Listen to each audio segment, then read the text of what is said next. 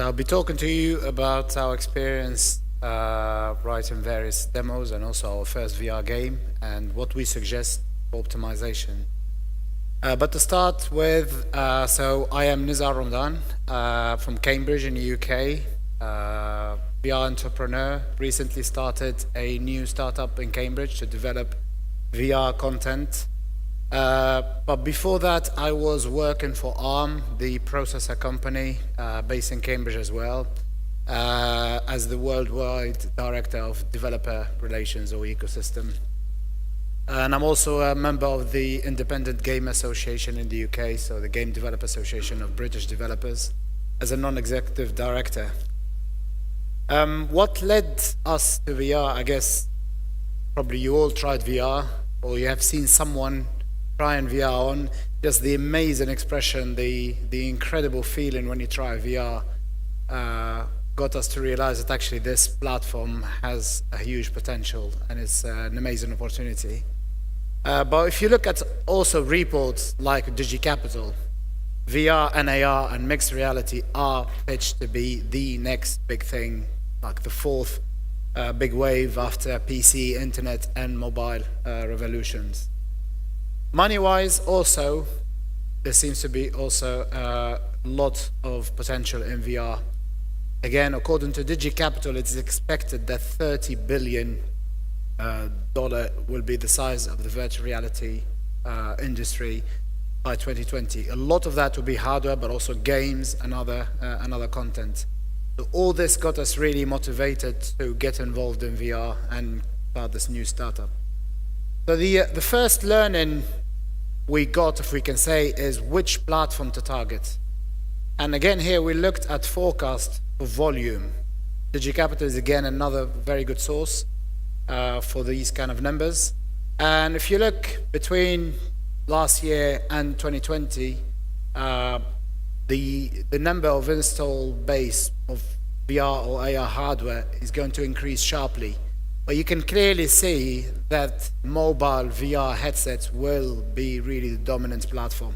And later in 2019 and 2020, AR headsets will also become available. PC and console VR will be there, but it will remain a niche market. So the first decision, if we can say we will follow where the vast majority of the headsets will be. Another statistics also, or forecast, this time around from ARM, the company I used to work for, the number of smartphones that will be selling in 2020. It will be more than 2.2 billion smartphones. And you will have clear differentiation between the low end, mid-range, and the high end. The low end, more than 1 billion smartphones will be selling in 2020. These are devices or smartphones that will sell for less than $50. Looking at mid-range, there's 650 million, the high end, nearly $500 million. But the interesting thing about these devices, actually, when we look at what is the low-end smartphone, if it's cheap for $50, then probably it's not capable. But one simple rule you can follow to predict the performance of smartphones is what is the super high-end smartphone of this year will become mid-range the year after and almost low-end the year after that. So the entry-level smartphone of 2020 is more powerful than the Galaxy S7 for $50. Can you imagine then all the cardboard or VR headsets based on these devices? The potential is huge. So our decision is to be primarily mobile VR. And that's, of course, the Samsung Gear VR, which is done in collaboration with Oculus or Facebook. The newly released Daydream by Google, but without forgetting the cardboard. We are strong believers in cardboard because of what I mentioned earlier, the huge number of smartphones that will be selling, particularly the entry level. If the phone costs $50, then probably they would want the VR headset to be much cheaper than that. So we believe quite a lot in cardboard. As well as the Chinese VR headsets. China is a unique ecosystem in itself. tens, if not hundreds, of players, of headset manufacturers. And we decided from the start to position China at the heart of our strategy. So we build in relationships with the hardware manufacturers over there. So I'm going to show you some of the things we created in the past while at ARM. This is an augmented reality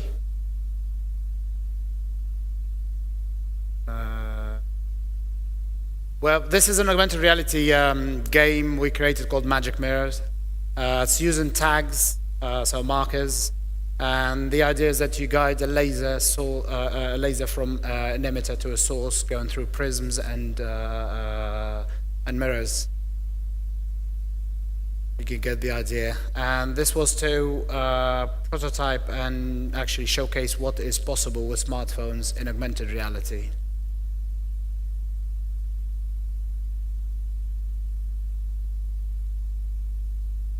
So you position the markers, and the idea is try to find how you can get the laser to the source.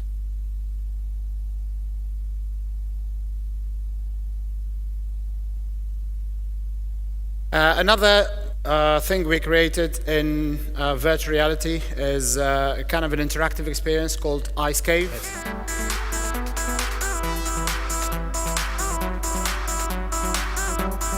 It's an experience where you are inside in a cave, frozen cave, and you can navigate, wander around, explore.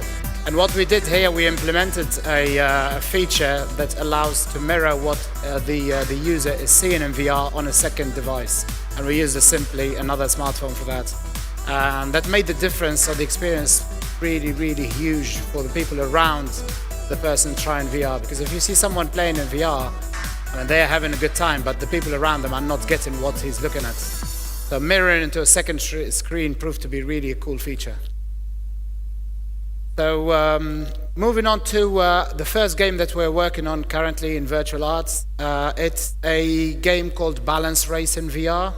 And it is an obstacle racing game combined with physics and puzzles. So the idea is that you get a vehicle with loads all through a track with lots of these puzzles and obstacles without dropping your load, but doing it within a certain time and competing with others to do the best time. And we intend to release this game in second quarter of this year. Unfortunately, my creative director did not allow me to share any video with you today, so the only thing he can say, I can show you this screenshot. So this is a screenshot of the concept for the environment. But you get the idea. The vehicle will be going through ramps.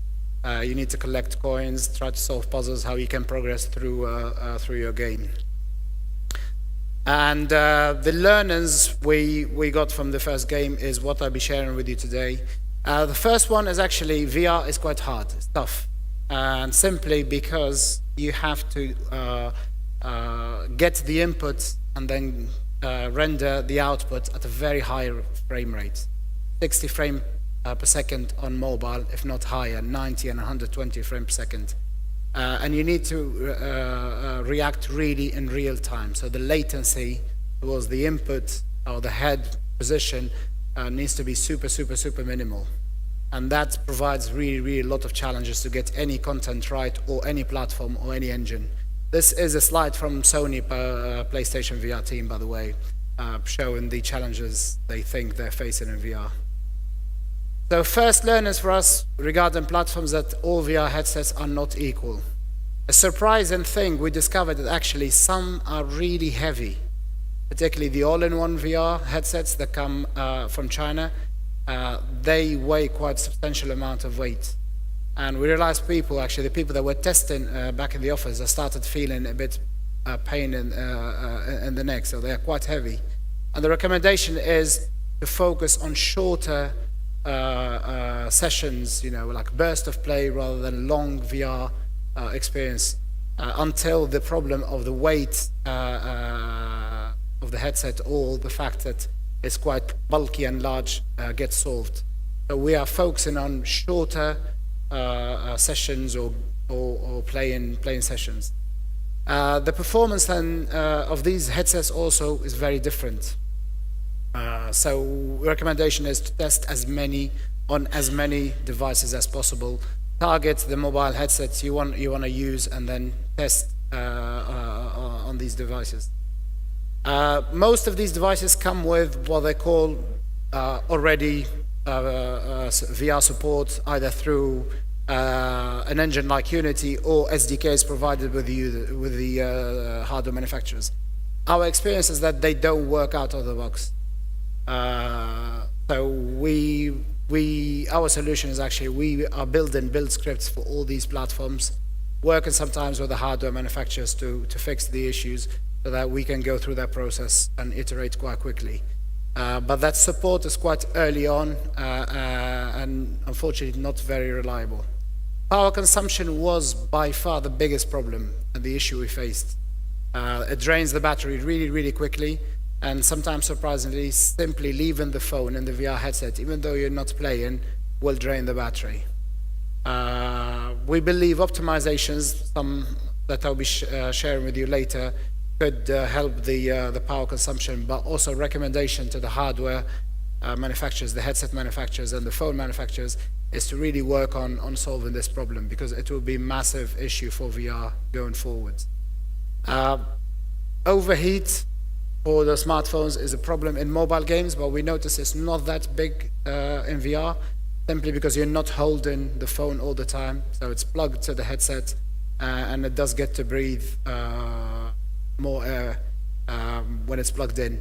Plus some headsets like the all-in-one VR headsets from China, they are putting even fans to cool the phone. So it's less of a problem compared to power consumption. Other learners we learned as well is that people have different preferences. So what we assumed is natural to someone when they try VR is not, and people tend to react differently and try to explore different things. The fact you put them in the virtual world, you can't predict where they will be looking at, which direction they want to go into, and what they expect as natural in real world sometimes is what they want to see in the VR world.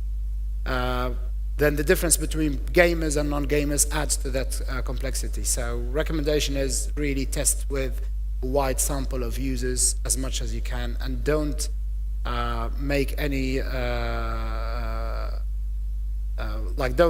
don't predict what the players will all do. Test and try. This is the learning we got. Motion sickness is a big concern in VR, and our recommendation is avoid moving the camera unexpectedly. People do not expect that, and if you do that, then that causes a lot of sickness.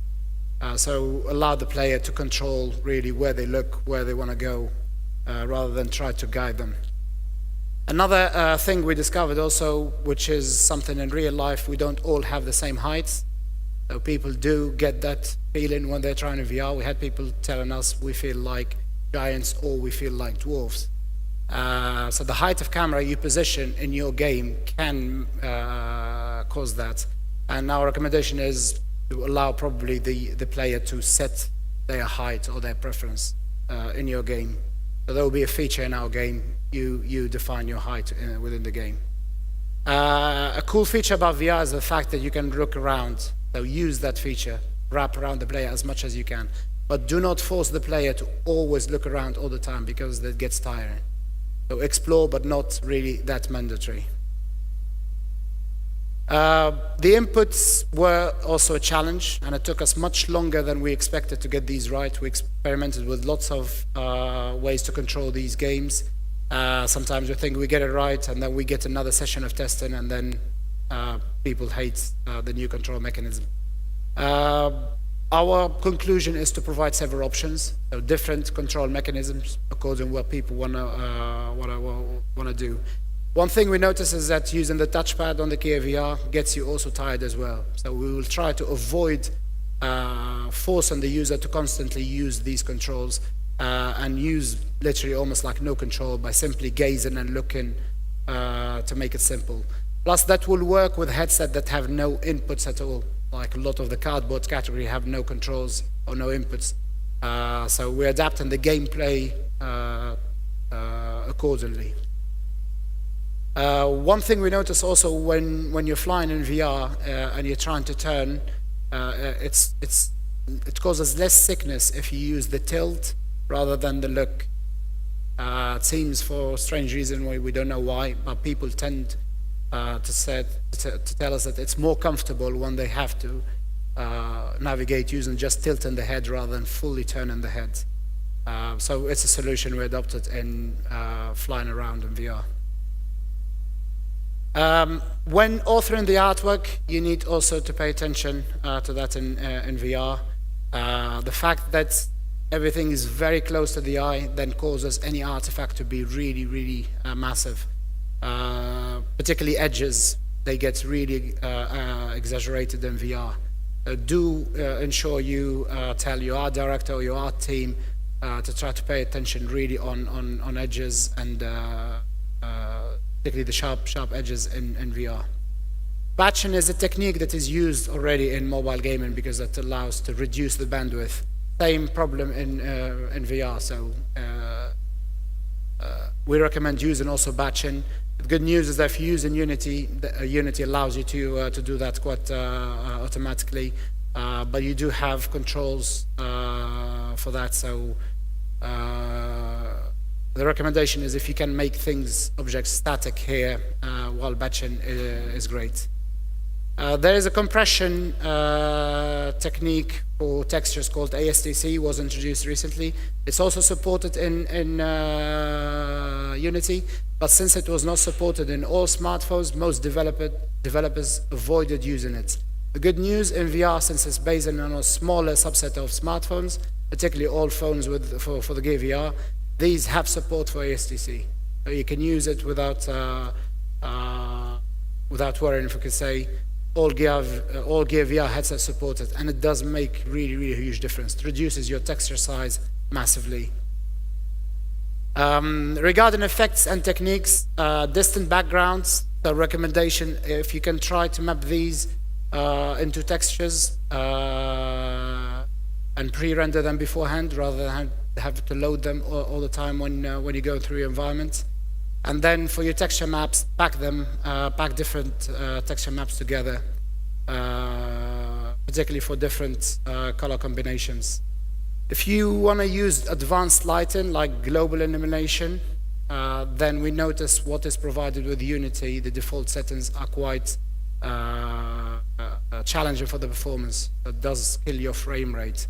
So we tend to avoid using these, and we tend to bake lighting or try to use simple settings. This is something we're trying to solve, but dynamic lighting or global illumination in Unity, certainly very beautiful and nice, but in VR it does kill the performance. So recommendation, do bake your lights as much as you can. Regarding the engines we use in Unity, and the reason for that, like probably everyone who's using Unity, it's great really for prototyping, is a very good tool, fast to get stuff done in Unity. But the challenge also we face is that the level of abstraction in Unity is very high. So it does not allow you to control what's happening when you try to render to your device. You don't know what's happening also performance-wise. If you have a problem in performance, it's quite challenging to find what is the cause of that. Some nice features in Unity, multiplayer, and that's what we used to mirror to a second screen. If you want to see what the VR player seeing on a second smartphone, you can simply use Unity multiplayer feature for that. But what we're thinking about from this perspective, which is something that developers think about when there is a massive change in platforms or hardware, is to do your own engine. It does seem quite a lot of work, but sometimes in situations like this, that could be the solution. So we are seriously thinking about writing our own engine, particularly because we can't get the performance right on lower-end VR headsets, particularly the cardboard-based ones. For other tools, so of course, we're using analytics, and we think this will be even more important in VR, because currently it's still unknown how much time, for example, players play in VR. Is it similar to sessions in mobile or less? So all that will be really, really crucial, and we implemented as much as we can on this front. Recommendation also is to do this like you do in mobile, if you're a mobile developer, and even more. Gameplay tools also is a solution we think could help in VR. The fact that people like different things in VR and have some differences also in motion sickness, that we are allowing an editor within the game to set your own track and your own preferences. So you can create your own environment or within the game track and you play it. And also this could be social because you can share that also with your friends. Do think of gameplay tools. This was used quite a lot in early PC games. We think it might be a cool feature in VR, particularly if you're doing it while in VR, creating your own on track or level. And the last one is the testing tools. This is the area that we're starting looking at now. Our finding is that it's really at the infancy. The tools that are available are not really helpful.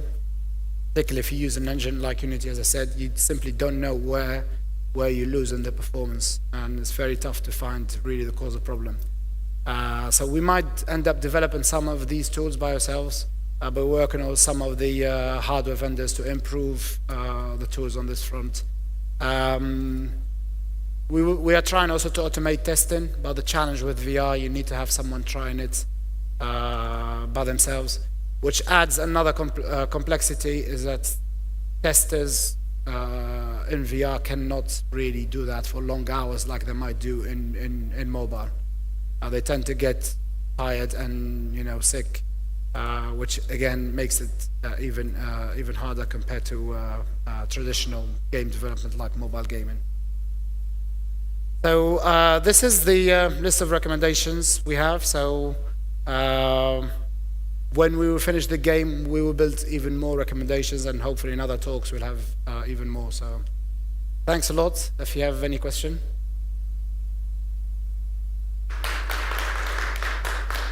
Hello. So when you told about the making your own engine, do you planning on selling this or open source or something like this? And also about the tools. When you develop the new tools, which are very helpful, do you provide to share it with other developers, or it's just for your company?